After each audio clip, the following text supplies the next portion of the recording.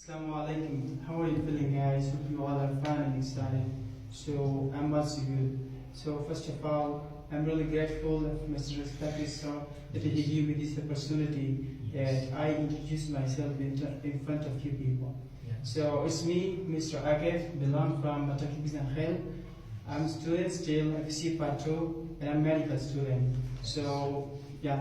So today the title of this topic is that importance of English. Importance of English. Good. Importance.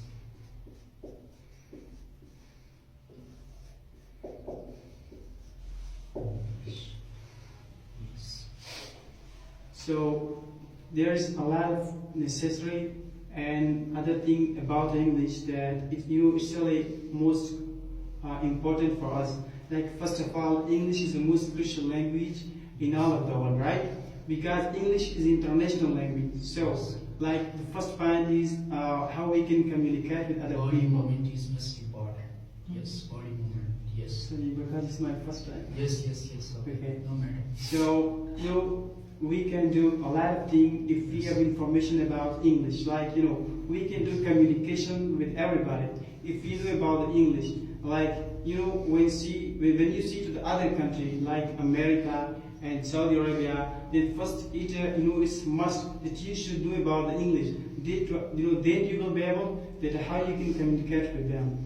And the other thing is that in the daily day we can see when we go out of the shop and out of any other thing, then already the advertisement and already a lot of things that they have put in the booth. So they have said something in English. Then if you know about English, so we can learn them, we can understand them. That what are they saying to us, right?